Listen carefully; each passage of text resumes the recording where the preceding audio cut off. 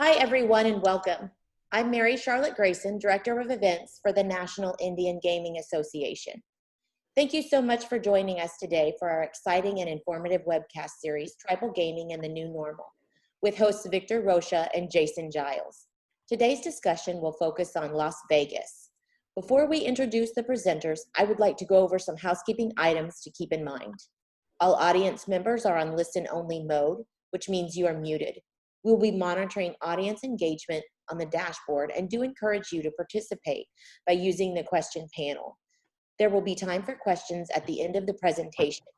We are recording this webinar and you will receive a copy. This webinar, as well as others in our series, will be made available on our website at indiangamingtradeshow.com under the Education tab in the coming week.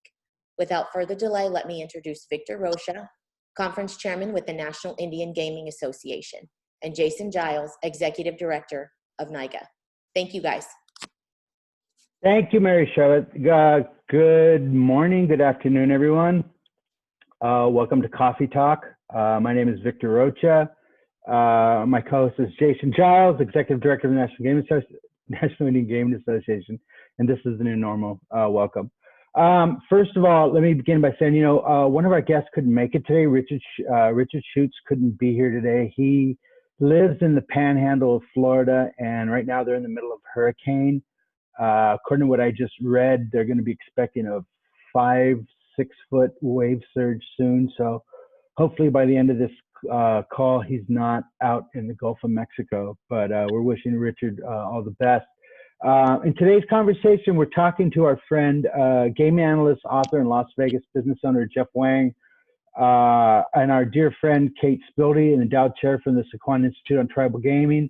And we're going to be talking about Las Vegas and the current state of the industry over there. And, before I begin, let me give you a little context, okay? So some of the recent numbers have been coming out. As we know, Las Vegas is open to a very controversial open, to put it mildly. But according to the Las Vegas Convention Center, visitor volume in July was down 61% compared with the same period last year. McCarran International Airport saw 13.3 million passengers compared to 29.7 million passengers during the first 7 months of 2019. And the average daily room rate in Las Vegas currently was $104 in July, down 18% from the previous year before. And according to a recent Las Vegas Review article, right now, it's all about the driving customer. First of all, Jeff, have you ever paid $104 for a room in Las Vegas? Yeah, back in 2003, I stayed at the Imperial Palace for wow. I think I had to cross a picket line to pay $104 back in the 90s. But it's been an amazing. As somebody who's been watching the industry very closely, watching the Las Vegas reopening was it was a little disheartening, man. Because, for some of us in the industry, a lot of us, we take our cues. And like we said before, at least in tribal gaming, when we first started, at least in my tribe in California, we thought, we have to be Las Vegas. And, and we learned really quickly that we couldn't be Las Vegas. And we had a nightclub, and next thing you know, we had all these young people that just wanted, like I said, it was like rutting season every weekend. They get out of the nightclubs, they're drunk, and they wanted to fight and kiss, and and it was just became a really unpleasant experience for our customers. And at my tribe, we ended up shutting down our nightclub because of this very reason. And so but Las Vegas has been, or it used to be, I should say, the gold standard of what the industry is. I think the industry has changed so much. No one can really say this is the gaming experience, this is the casino experience. It's evolved into a much more homogenized product across the country. But Jeff, welcome. Kate, welcome. So tell me about Las Vegas and the Las Vegas opening, Jeff. Well, I mean, it's been a challenge. And the problem isn't so much that, as I've been writing, is it's not so much that casinos are open. It's not casinos that are fundamentally dangerous. It is the movement of people across state lines, particularly the mass influx of people from California and Arizona, which over the past couple of months had been COVID hotspots. So, it's a common theme around the world. The places that have been able to lock down and close their borders, like Singapore, Taiwan, Hong Kong, Hawaii, New Zealand, Australia, they've done fairly well. And the country, and the places like the United States, we have wide open borders. Like right now, we're in Las Vegas. We're wide open to every state in the country. We're not doing so well. On the flip side, we had a little thing spiked after July 4th. So from opening until July 4th, the COVID situation picked up, but people stopped showing up after July 4th, particularly with the amount of press that we've gotten, so that's actually helped out a bit, because when people stop showing up, cases stop spreading. So so hospitalizations, they peaked at like 1,100 hospitalizations in July, and they're now down into the 400s. Now we're up to September, and then last weekend was Labor Day. So conditions have improved here greatly. We will see a little bit of a bounce from Labor Day. It doesn't seem like the Labor Day numbers were as big as July 4th. And we're probably better prepared now than we were in July 4th. So we'll see how big the bounce is from Labor Day. It probably won't be as big as July 4th, but we will see a little pickup. Are we going to see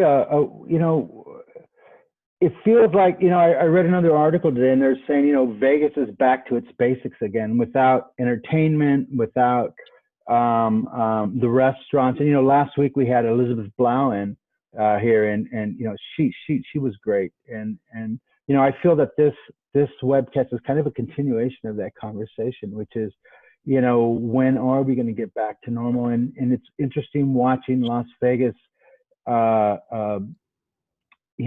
just stumble along. I think I had a thought the other day, watching, they made the announcement that the National Rodeo Finals are going to be in Texas, and I thought they had a really interesting op-ed. It was probably Greenwood that wrote it in the Las Vegas Sun about, the reason why they went to Texas is that Nevada wouldn't allow them to do full attendance or half attendance, and I believe they were even talking about just about broadcasting it. So they took it and they went to Tyler, Texas and stuff like that. So, even when Las Vegas tries to do right, they seem to be, claimed doing wrong though, doesn't it? Yeah, and there's a lot of, people can talk about us going back to our roots and our gambling roots. That's a whole nother problem, because, the House Advantage, and there's another subject, Kate, but the House Advantage in the casino industry has been on the rise for the last two decades. The games have fundamentally changed. Blackjack on the strip is largely 6 to 5. So the stakes have risen. The games aren't as good on the strip. But the strip is not the place. If you're a gambler, it's not the place you go to gamble unless you're playing for really high stakes. So if you're a gambler, the place you want to go to is Wendover, like West Wendover, where they have single deck blackjack across town at all stakes, and not Las Vegas. So if we want to be a gambling town, we have a lot more work to do, and basically, like we were reopened in June, having changed absolutely nothing. So we had an opportunity to get rid of resort fees. And on opening night, and I was on Twitter watching at midnight when they announced the casinos were going to be opening, and the first pictures that were broadcast were employees were all masked, the mask shields, and then the customers were wearing nothing. You know what I mean? And I personally was just very shocked, and that's kind of been an issue. A couple of days before that, they had tried to do that at a card club in California, and they shut them down the next day. And the picture was them sitting at a table. It was almost like the Last Supper from Michelangelo. They're sitting at the table, and there's a guy, drinking with his mask down, and they're all playing cards and touching them, and they were shut down the next day. Then Las Vegas opens, and there's that saying, you only get one chance to give a first impression. And with the pandemic, I just felt that, there was a lot to be desired. What happened there? I just don't understand. The tribes were already in California already saying masks are mandatory for the employees, they're mandatory for the customers. And you know what? The customers get it. You know what I mean? They get it. They want to feel safe. What happened there? I don't understand. Powers that be. Like my belief is that the government did want to have mandatory face masks. The problem is our power structure in Nevada is skewed towards, I don't want to say the casino industry, but it's really more a handful of characters in the industry in particular. And that's probably why we opened without the face mask. And we saw what happened in Macau. They opened, they closed for 2 weeks. Within 3 weeks of reopening, they banned foreign visitors because they had a spike in cases. So they opened it with mandatory face masks, and then they had the visitor restrictions, which caused visitor numbers to decline. They've been down 99% in May and June, and we have 3 operators in Las Vegas Sands, MGM, and Wynn, witnessing this firsthand. They know what the best practices is, and they have the power to say we want to have visitor restrictions, and they clearly wanted to open without them. So that's kind of the situation that we're in. Is we're wide open to visitors from elsewhere, so we're kind of at the mercy of conditions in other states. And the reason we're in that position is because of the power structure here. Right. Kate, what do we think about this? Welcome, first of all, Kate. What do we, and listen, tribes are not completely innocent in this. We run the gamut on this thing, from California, which has been very strict and stringent in Southern California, to other places that haven't been as strict and stringent, but they're also dealing with their environment. You know what I mean? If you have a little casino that's out in the middle of nowhere, and they have a low transmission rate, and they're all, you know what I mean? So a lot of times that the tribes are not completely innocent in all this. But what are the lessons here for Indian country, Kate? Well, first of all, thanks for having me. And I want to say great topics. I love this series that you've been putting on. And I want to congratulate NIGA and all of you, Chairman Stevens and Jason and you, Victor. And I want to thank the Sycuan tribe and San Diego State. I know you had Carl on last week, and we're we did. Happy to be involved. And I appreciate all that you're trying to do to keep all of us talking about best practices. And of course, that's part of our tribal gaming program at San Diego State, is to look at best practices, both from a policy perspective, from a tribal government perspective, and of course, from a business and industry perspective. And people ask me all the time, why do you have a tribal gaming program? Why not just gaming?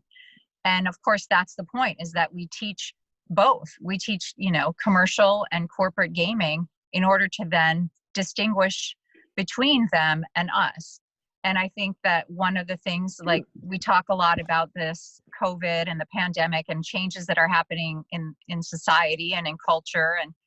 And we know that a lot of things are being accelerated. For example, movement into the tech world, right? FinTech and telemedicine and doing, therapy and education online. And I think another thing that's being accelerated is that, the distinction between tribal gaming and commercial gaming is becoming highlighted again. I think there was somewhat of a convergence where everyone was rallying around, we're all in the same industry. And I think now there's really a deep understanding that we're really 2 different industries, not just segments of the same industry, that we're not just businesses, that we're very different. And it is cultural. It's a big cultural difference with regard to each and every tribe having their own, like you said, should we open schools? Well, that's done at the local level. Should we open our casino properties? That's done at the very local level with regard to, is there contact tracing in the county around us where we can trace people who come as guests or employees, since we do a lot of exporting, right?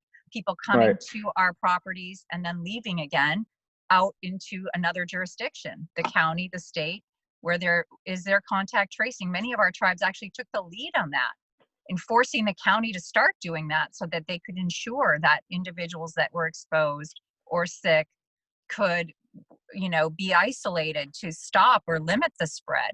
So I think that we've really, because we are governments first and we have public health departments, we have, a medical imperative to keep our own tribal members healthy and our employees who are usually tribal members or relatives healthy, that we have a very different commitment and have actually led the health imperative in many, many of our jurisdictions. Whereas I think the pressure to open and the corporate shareholder bottom line sort of driven imperative is just forced some different decision making than we have, and I think that difference is just going to continue to be exposed as we go on. Kate, this is Jason. So as a professor who studies the history of gambling, and as most people, I remember that you used to live in Las Vegas for a long time, right? So you've got that twin perspective.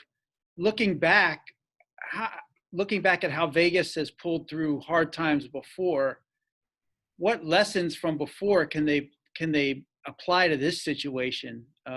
Especially given what you heard Jeff saying there, that the Vegas I remember, Victor, I remember getting a $39 room at Flamingo Hilton back in summer of 1987.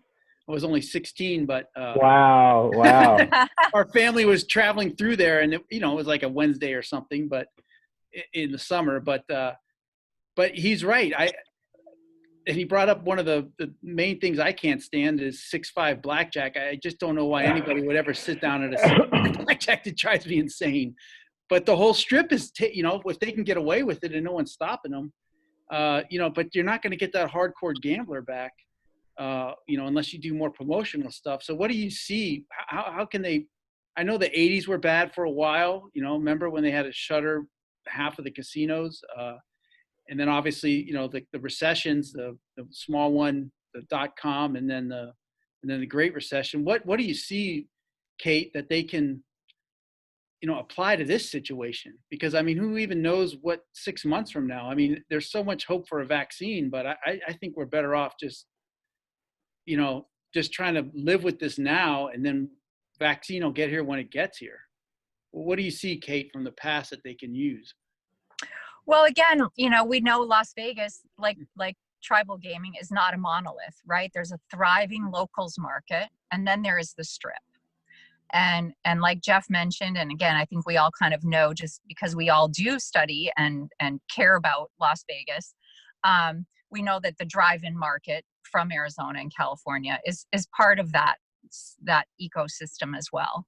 Many people go from California and Arizona to the strip, right, for some of the special events and amenities that we don't have necessarily in tribal gaming, which again aren't big differentiators right now because we aren't having Cirque du Soleil or conferences or concerts. So some of those things, we're able to stay home in California or in Arizona and have that true gambling experience at our tribal properties. But then the locals market, which again, I think is really a mainstay in Vegas, and is more dependent often on, the employment situation, which we know is grim, with MGM and some of the airlines and other hubs and being, laying people off. Obviously meetings and events completely wiped out, those jobs. And in terms of then the housing market, which I know right now is hot in Las Vegas, but who knows when that's going to go off a cliff, both with rentals and home prices.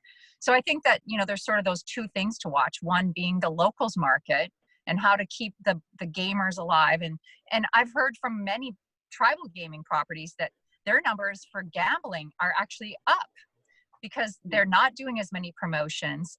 And the only people coming in are the people who really want to game. They really want to play. So you don't have as many people, but the ones you have are the higher end quality players who are leaving serious money at your property. So I would imagine, that Vegas can really hold on with a lot of the locals market in good stead, in terms of employment and you know, the real gaming aspect. You know, I do think that, again, being in a hospitality school where we have hotels, we have restaurants, we have meetings and events, and we have tribal gaming. So we teach all four, sort of that holistic. You know, it's, again, one of the other things that I think this pandemic has exposed for all of us in our own cultures and in our own regions is that deep need to gather, right? We all miss that. We miss each other. Look how long we wanted to hold on to having the NIGA trade show. Like, we just didn't want to give it up. Right. Not because of the money, because we miss seeing each other. You know, I see your face and I want to go to G2E, you know, the importance of that. I mean, so in that way, with the new Raiders stadium, with the hockey team, with all the concerts, all the events, the trade shows, I think that, you know, we've heard this in the early days, but and it's kind of cliche, but I think that pent up demand, there is going to be a real surge when, maybe not all at once. Again, it's not like, oh, there's going to be a vaccine and now it's all safe and everyone go back in the water, if you will. But I do see that what these venues offer, both our tribal properties, our locals properties in Vegas and the Strip, is that deep need to be together in big groups and sing at concerts or dance or see shows and cry and laugh and eat together and hug and talk about ideas. And I think we crave that, we miss that. And this has exposed how important that is for our quality of life, period. And the economy and all that, it might take a while for the numbers and the jobs to return, but I do think, and it may look different, and there will be efficiencies and there will be more, you know, contactless, you know, check-in and all that, and cashless. And again, the technology will fill some of that in, but I think that human need is just become more and more valuable. And what we offer, we see now it's even more valuable than we realized. Well, you know, Kate, you talked to an issue that I think the tribes have really wrapped their arms around, which is, you know, making people feel safe, you know, and you know, there's a deeper issue here too, you know, that, you know, we all talk about, you know, and Jeff, you know, I know you know this also, you know, we're trying to make people feel safe in the middle of a pandemic. And, you know, when you go in and they scan your temperature, you know, what does that really tell us? You know, other than it's a sugar pill that makes us feel safe. And, you know, the tribes are really going above and beyond to let their customers know that you can come here, you know, you're going to feel safe. We're wearing masks. I go to the properties every week to go check, kind of like Jeff, you know, to go see. And I think that's where Las Vegas has stumbled right now. And that's what they're really trying to get back to is this, listen, you can come to Vegas, you can be safe, but it doesn't help, Jeff, you know. And I think, you know, Jeff gets a lot of flack on Twitter because Jeff, and the reason why I invited him here is because, you know, he speaks truth to power and it upsets a lot of people. And they're just telling him, listen, shut up, we're doing this and we're trying to give this appearance of safety. And Jeff is like going, no, you guys aren't doing this. The numbers don't gel. And what I'm amused by, Jeff, and you know this, is that, you know, and I say this all due respect, you're a numbers nerd. You know what I mean? You're a numbers guy. I read your work. You crunch data. You're a poker player. You're one of those guys. You got that brain for numbers. You know what I mean?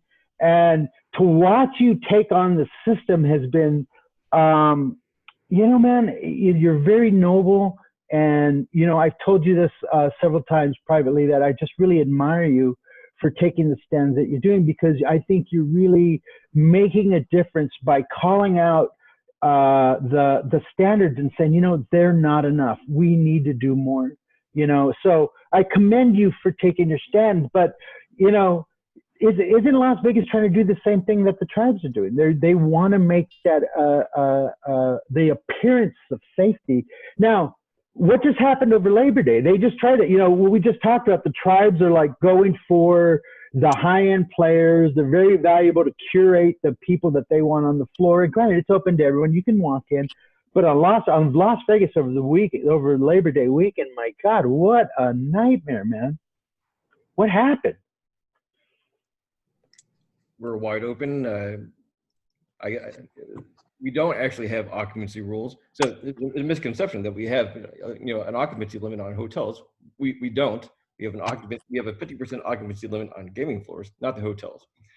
So I suppose to prop up the numbers, we dropped the room rates, and we ended up with the riffraff and the fights and the graffiti and a whole mess on over Labor Day. Would it have been smarter to use those temperature checkers on the luggage to see if they're bringing in coolers into the room? Then at least you'd know, what kind of customer you're getting. Well, it's funny is that we're not even doing temperature checks. So like on the strip, the only places doing temperature checks on the strip are the Wynn Encore and Venetian Plaza. The rest of the strip is not doing it. Right. Most downtown are. It varies by market. So like in Wendover, every casino has a temperature check. In Mesquite, none of them do. And on the strip, some of the casinos do. North Las Vegas, pretty much all of them do. Some of the locals casinos do. I was just in Deadwood 2 weeks ago. South Dakota, basically nobody's doing temperature checks. There's that's insanity over there. No social distancing or rules of any kind. Right. So you have crowded blackjack tables. I was actually in Blackhawk in Colorado earlier 2 weeks ago. Every casino temperature check. So they have no table games. So all the strictest rules in the gaming industry are in Colorado.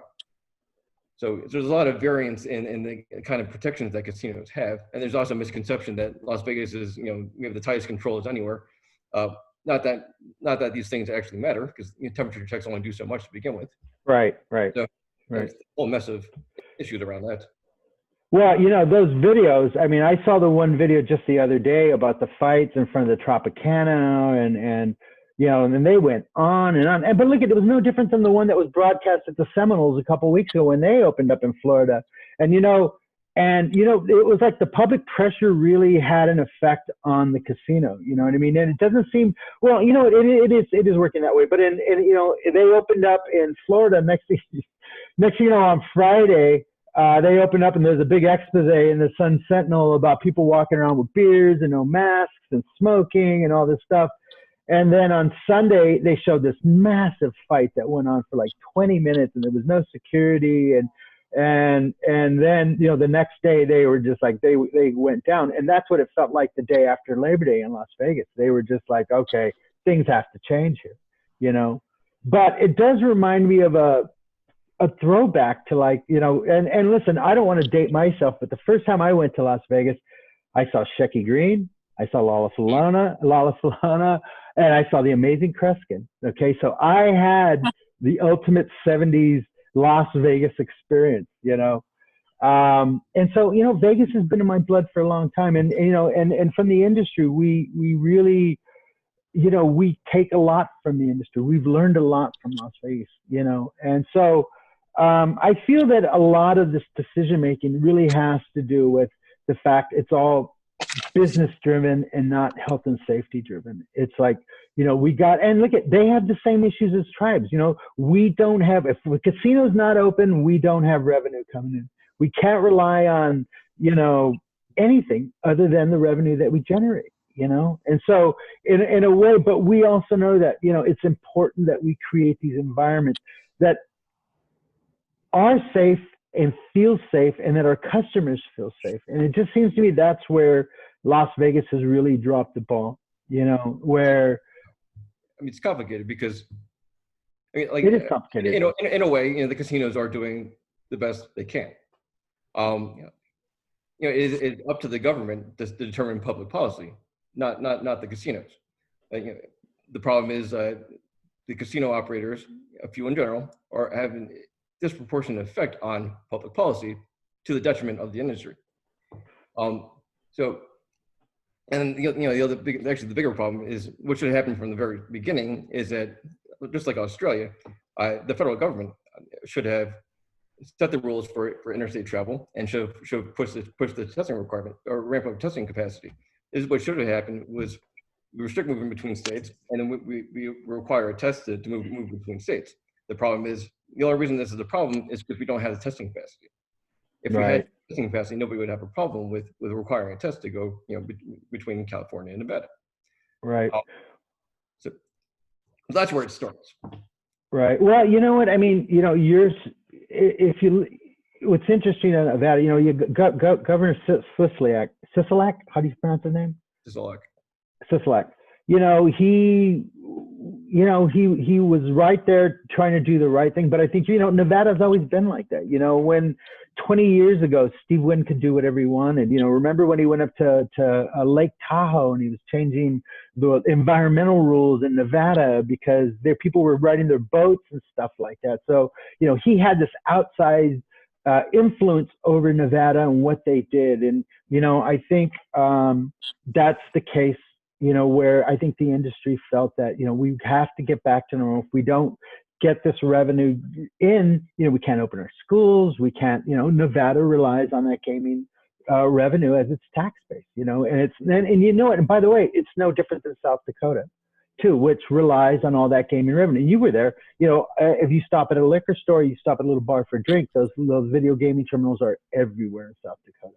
They're in the laundromats, they're in the liquor stores, they're everywhere,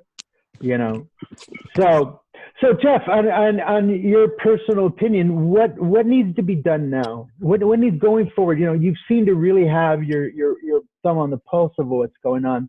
What can we do now what can Las Vegas do now, or should be doing now, I should say? Yeah, the absolute simplest thing we can do is the same thing they're doing in Maine, which is to require a negative test in order to check into a hotel in Las Vegas. All right. So if we require a test, well, it'll weed out the kind of low-end customer who won't make the effort to get tested at all.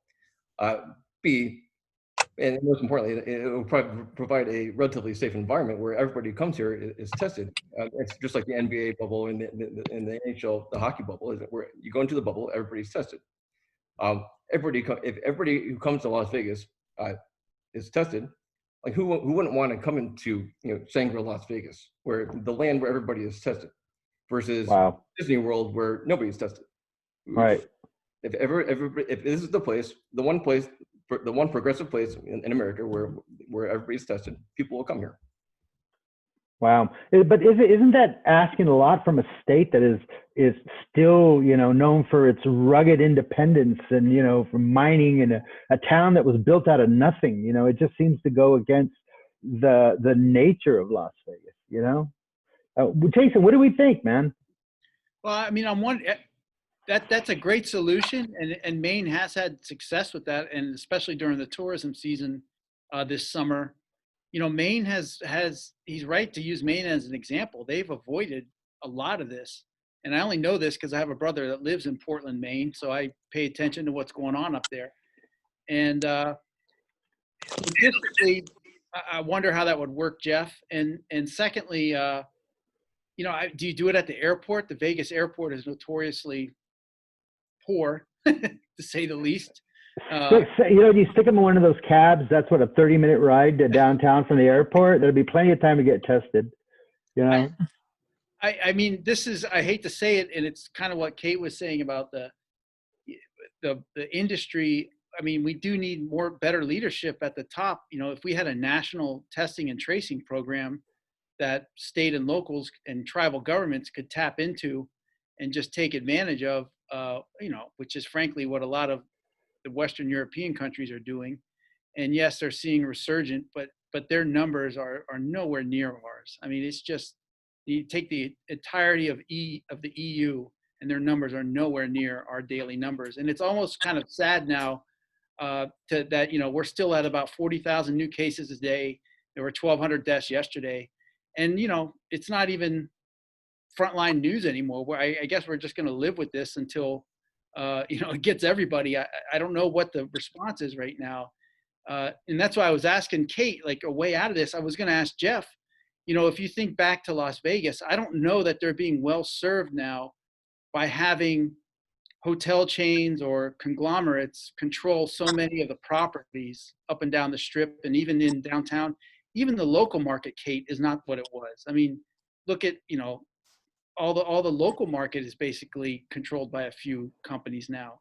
I mean, I'm wondering if this might be a time, and they can't be liking their predicament now if they've got 6 properties that are basically shuttered.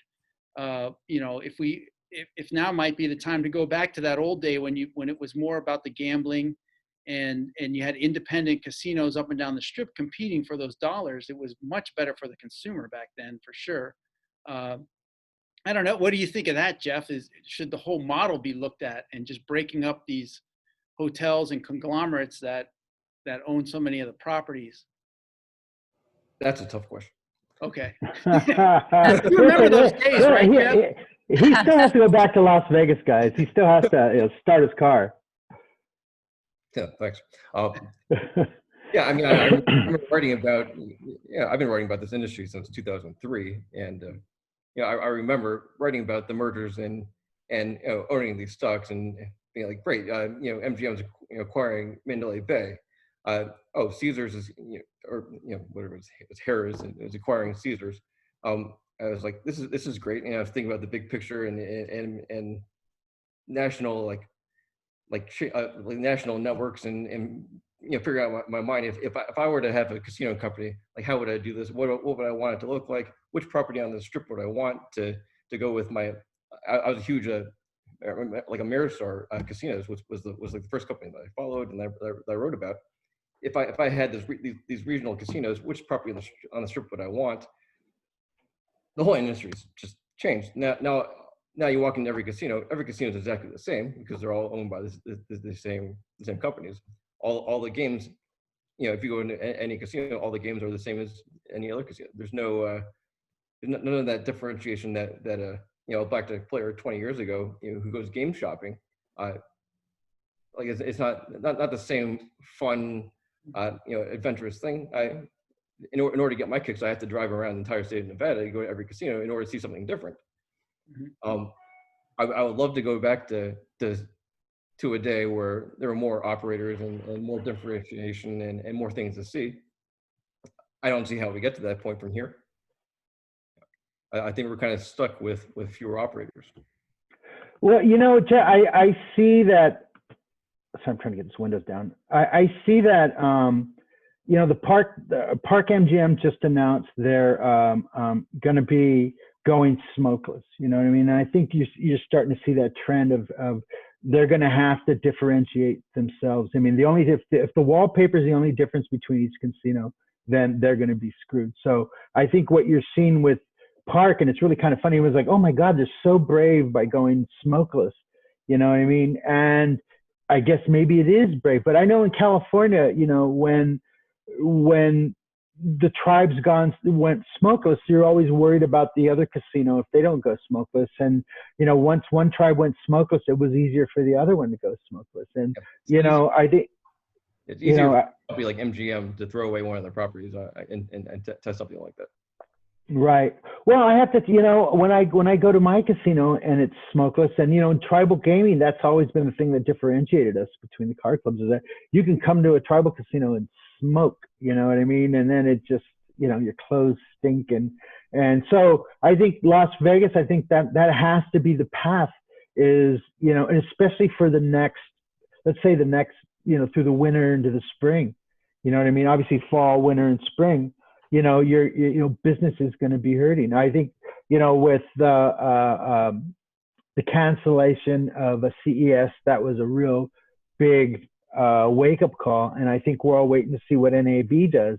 And what is that, in January or February when they come? And I'm hoping that by the time NAB, and they haven't made that announcement, I'm hoping that they do decide to figure out something to because I know that's what we're talking about at NIGA. Is like, how do we go forward and create normality in this unnormal situation? And I think in Las Vegas, with the loss of the conventions, with the loss of the concerts, and loss with, just what made Las Vegas, they're going to have to get back to the basics. But in that, they really have to show that they're becoming safer. And, listen, it doesn't help that you have the president showing up over the weekend and having these masks and maskless events, and then flouting it, and all these people just proud of their, that doesn't help Las Vegas at all, one bit, and that's and by the way, we're all rooting for Las Vegas. And like we said earlier, Las Vegas is resilient. We believe in Las Vegas. We know that it will survive. It's just, it's going to be very grim for the next 9 months, possibly a year, So, Jason, what did we learn from this, man? Well, I mean, a couple things. I mean, Kate, to get back to one of your points, Indian gaming and the commercial guys, we share all the same suppliers at this point. And look at this. Well, look what's happening to the suppliers. I mean, it's just shrinking. I mean, you can talk to some of these folks, and they don't know what the future holds. They don't know if they're going to have a job come the new year. I mean, I really think it, and to point out what Victor's saying, we're all in this together now because there's been so much consolidation. Where do you see on that front, Kate? If we're all competing for the same limited supplies now, that's another problem I see down the road. Unless maybe innovation will spark, maybe new companies will come up. But where do you seeing on that, Kate, in terms of this sharing these vendors that are really hurting right now? That's another great sort of big picture question. And, to go back, just to give our missing panelist, Richard Schuetz, who I don't think is even able to watch us right now, one of the ways that he captured the dilemma of Nevada, where some of these corporations, really, owning so many properties and having so much political power, to be able to push back against public policy or even change public policy. And he wrote a paper called Too Big to Regulate. We heard too big to fail back during the Wall Street, but he talked about some of these companies being really too big to regulate because of their political and financial power in the state of Nevada, and that he was looking at that dilemma as a regulator. And I think that this idea that really in some ways it's almost a shared governance in Nevada between public policymakers, the governor, and the companies, the heads of these companies or very powerful industry individuals. Whereas we don't see as much of that. I mean, definitely we know our tribal properties are owned by our tribal governments. I mean, certainly there's a relationship, but they are 100% taxed, if you will, by the tribal governments, and the decision making is a little bit of a different structure. But I also think overall we're all acknowledging that we know that our industries and what we offer, whether it's the gambling or the other amenities, that we're too important and we're too vital to fail. And like you said, the question then becomes, what do we do to survive through all of this to get to whatever, instead of the new normal, what's the next normal, right? There's going to be something else. I think it will be more tech heavy. We're all getting used to this. I mean, it's not that we prefer it, but I think everyone's much more comfortable with a lot of the new technologies. Even the older generation, again, that sweet spot of a lot of our high-end or more valuable gamblers. But I think that in terms of vendors and innovations, it really is moving toward that. I think that the two brands that we have in our cultures, right, are the safety brand, which again, I think a lot of our locals properties in Nevada and our tribal properties are very much able to highlight, right? We are safe. We care about you. You live next door to me. If you're sick, you could actually make me sick. If if you keep your job, that's going to make sure that the roads in my neighborhood are paved because you're paying taxes. There's just such an integration of our communities. Whereas the more tourism or sort of integrated resort model, right, that we see globally, whether it's Macau or the Strip in Vegas, is a very different relationship. And so instead of trying to market safety, which again, bringing the Maine model to Las Vegas would be very challenging. Again, is it at the airport? Well, a lot of people are driving in. Is it is it at the hotel front? How would that actually be implemented? So instead of trying to do the safety brand, they're doing the wide open gambling brand. It's like, because we know in the United States right now, there are two very big, there's a big divide between who believes that this is really serious and who believes that it's not. And again, being a college professor, where we know there are huge spikes on college campuses right now all over. I mean, look at poor North Dakota.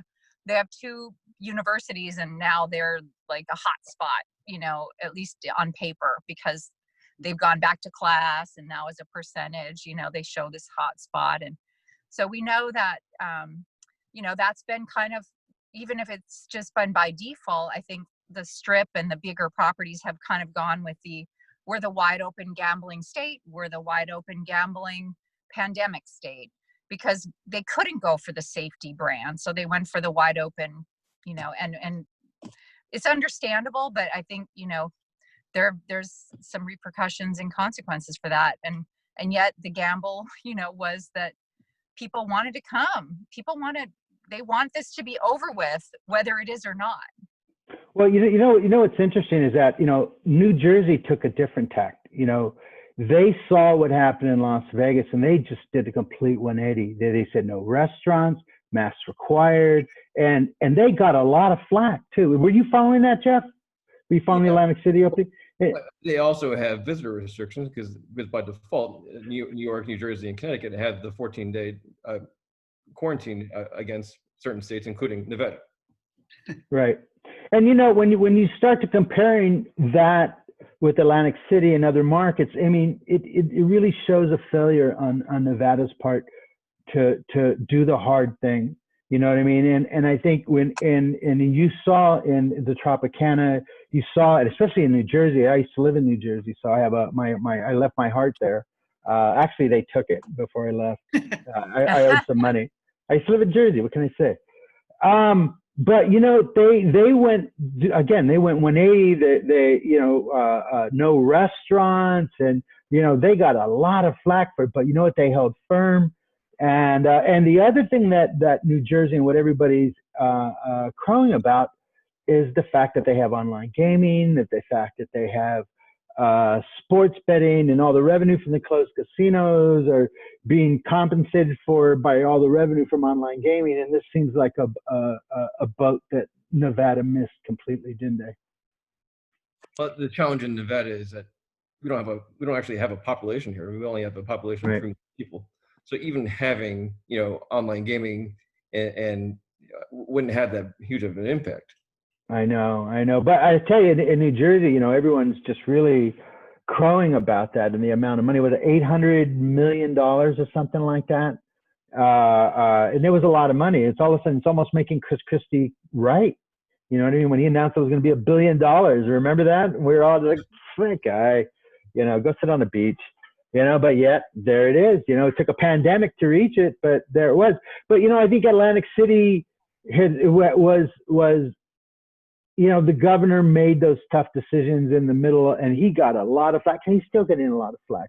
You know, from the businesses and the protests and the stuff like that too. So their situation was similar yet different, but their approach was different, and I think it's the kind of place where people do feel a little more comfortable, and yet, you know, as comfortable as you can be in the middle of a pandemic.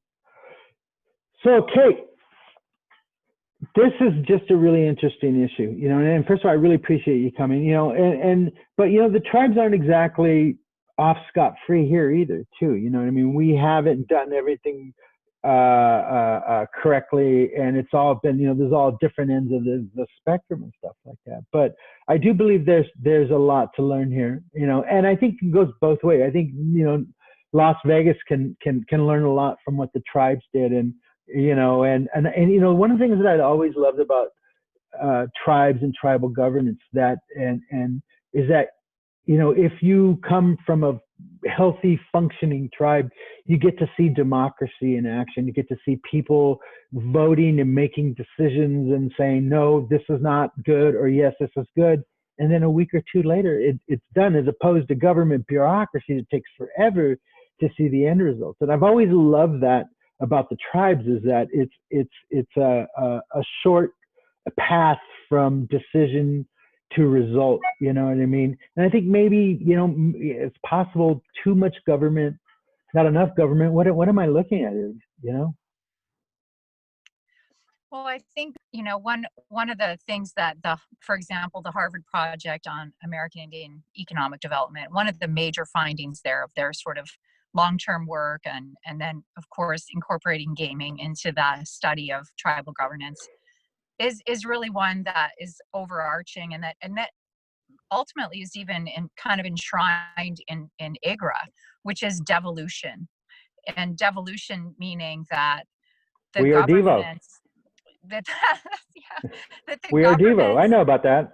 the closest government, basically the most local form of government that is most likely to live with the consequences of a decision is the government that should make that decision. So again, the opposite being the federal government making a decision for a tribe, right? We know that doesn't work. And that if a tribe can make a decision, if a county, that those, a state, that the most local form that can make that decision and will live with the consequences, it will ultimately be a better decision. And it seems kind of commonsensical, but it's not, it hasn't actually been, embraced necessarily historically until recently. And I think from a political science perspective, tribes are really the best example of that, like you said. We see tribes, one thing that I've been thrilled about, again, I do study smoking, the impact of non-smoking constraints on tribal casino revenues. Again, when we look at all of the costs of smoking, third-hand smoke, which is smoke in your environment. Again, how often do you have to replace the carpeting and the chairs and cleaning, deep cleaning of the slot machines? When you factor in all the costs that come with smoking, health effects, chronic health of your employees, are we really making more money by having smoking? I think tribes have really become more and more willing to do in-depth research, to provide data, to say, we are willing to look at everything that we're doing, all of our practices, and we are willing to change if we find that there's information telling us that we can do better, not just do better financially or through our revenues, but do better for people. If this revenue is the same, we'll pick health over money. And I just think that that's one of the, like you said, because the decisions can be made in some cases by hundreds of people or thousands of people rather than millions of people, or through one agency. Again, we know that another sort of truism is that we also have this separation of powers, where often we have Pechanga being one of the first, the Pechanga Development Corporation, separating the government function from the corporate function to be able to make those decisions more quickly, or to be able to build up institutional expertise, because those are two very different skill sets. Running a successful government and running a successful business are two different things, and to separate those skill sets and put experts in place, an expert who can run a government and an expert who can run a business, and empowering each to do the best they can do, and then they're mutually reinforcing. We see so many terrific examples in Indian country now. And again, that's one of the things that, I think that the Sycuan Institute and at San Diego State as an academic, we're trying so hard to promote, like, borrow from us. We've figured this out. We have hundreds of very successful tribes with all different, configurations of shared governance that we can help other jurisdictions, thrive as well as we have on a larger scale. Well, I think one thing about the pandemic is that it's forced us to look at what conventional wisdom is and to reevaluate. And I think smoking is definitely one of those issues where we're all, the conventional wisdom was, you stop smoking, you don't make money, blah, blah, blah. And now it's like, what? This is actually nice without smoking. And, we'll see if this survives the pandemic. We have a couple questions from our viewers. And also I'd like to request that you guys send more questions in. Hopefully we can get to them. Our first one's from our dear friend Valerie Spicer. She says, will the elections have a material impact on the economics of the gaming industry? And will additional stimulus and unemployment support bolster people until the economy stabilizes? And, this is a really good question because, and Jeff, you can jump in here too, the the economy has been riding on these stimulus checks for the longest time. You know, it's like your car's running out of gas, but you're driving downhill. So, you know, you feel you're picking up speed and, you know, but, you know, will that change, Jeff? How much, I mean, I know it's hard to figure out the election. We don't know. I mean, we're looking at the numbers, we're looking at the statistics, but what would a presidential change be like for Las Vegas as opposed to where, you know, I think as opposed to for President Trump, Jeff, what do you think? Well, I would start before the election to the current situation. I feel like a lot of the decision making that's happened here has been riding on federal assistance and the federal assistance that we're not getting. So that's part of what we've seen from like this election, you know, in the last couple of days in response to you know, Trump being here. It's still a lack of assistance at the federal level. Nevada had requested you know, funding for the you know, the testing program here, you know, funding for the National Guard to be here to help with our testing program, and we didn't get it. And a lot of that has to do with, I mean, it's almost exclusively has to do with politics. So that might change come November. You know, and not to speak to, you know, the conspiracy crowd who thinks the pandemic will be over November 4th. But that's probably the biggest change is the ability to get help from the federal government.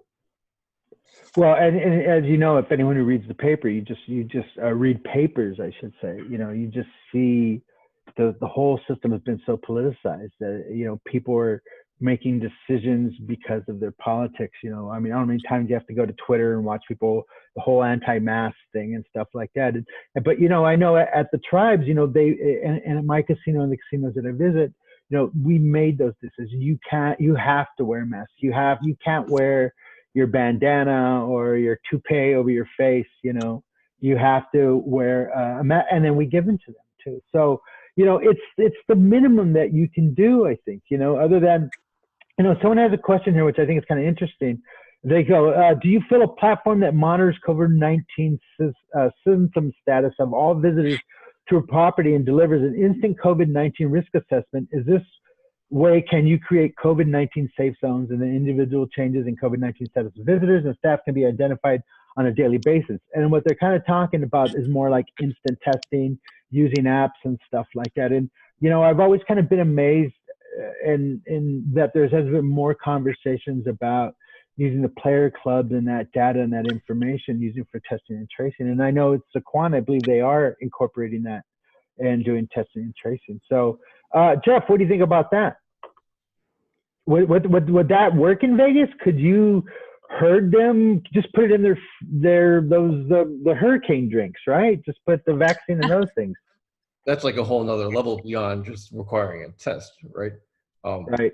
But they do have similar programs in like China, right? Where you have the app and it shows, you know, whether you tested, you know, and you're green and you're good to go, and you know you have your phone and you actually test these things, and it's probably the principle behind, you know, having the COVID-19 test and trace app that we have in Nevada that nobody's downloaded. So. Well, you know, it goes against everything that we've taught in this industry. You know, you're taught every person has value. You know what I mean? They all have it's like the Sims. They have a little block over their head where they have a number. We all know the value of every customer. And now I think what you have to do is you have to make these hard decisions. You have to say, listen, you can't come in here if you don't do this. And you know what? You know, it was probably a little easier like a month or two ago when people were just craving the normalcy that casinos do bring. And, you know, but I wonder now more as the conspiracies just ferment and now it's an individual, rugged individualism issue now. You're not wearing a mask, so you're, you know, and so the politicization of it's just really, really depressing for me. You know what I mean? Because I'm a believer in this industry. I have seen the things that this industry has done. And as a Native American, I have seen, you know, complete generations of people lifted out of poverty. That's why I'm such a strong advocate for gaming. And that's why it's so important to me. And that's why I'm concerned about Las Vegas, because we're in the same industry, even though, like she says, at the root of it, it's different, but, we're still in the entertainment industry. We're still in the hospitality industry, And so, those hard decisions, that's why they're called hard, right? Because they're not easy. And so, you know what? We're at the end of our hour. Jeff, I want to thank you so much. Is there anything you'd like to tell our readers, our listeners, or something like that? Anything you'd like to wrap up with, my friend? Well, I'm opening up a restaurant bar and a rooftop restaurant, coffee shop, and a rooftop bar in the Las Vegas Arts District. We started construction in July. We were supposed to start. Actually, I was in front of the City Planning Commission March 10th, and we got the go-ahead to go. And the next day, this whole thing went down, and we had to delay our project by a few months. But we started construction in July, and should be up and running probably December, January at this point. So if you're, next time you come to Las Vegas, come say hello. Check out my it's all outdoor space. Nice. We'll be thoroughly ventilated with all the best filters and ventilation technology available. So well, and I think that's why it's important that people know about this, because you have skin in this game. You know what I mean? You're not just like I said, you're not just a Twitter keyboard warrior who just sits there, and you're, as an analyst and as a business owner and as a proud resident of Las Vegas, it's very personal for you. And that's why I invited you, and I really appreciate you coming on here. I really do. And Kate, my dear friend, thank you so much. Again, thank you, and everyone for the Institute. Thank you for the call. I hope Carl had a nice time last week. We enjoyed him. And Jason, my brother, thank you also. And listen, our viewers, next week we have a really special broadcast. We're going to be talking about LGBT rights in tribal gaming. We have some really phenomenal guests, and it's an issue that is way overdue, and we're really looking forward to it. Jeff, Kate, thank you very much. Richard, we hope you're doing well in that hurricane. And to all the viewers, thank you so much. We'll see you guys next week. Thanks. Thanks, Victor. Thanks, everyone. Bye, guys.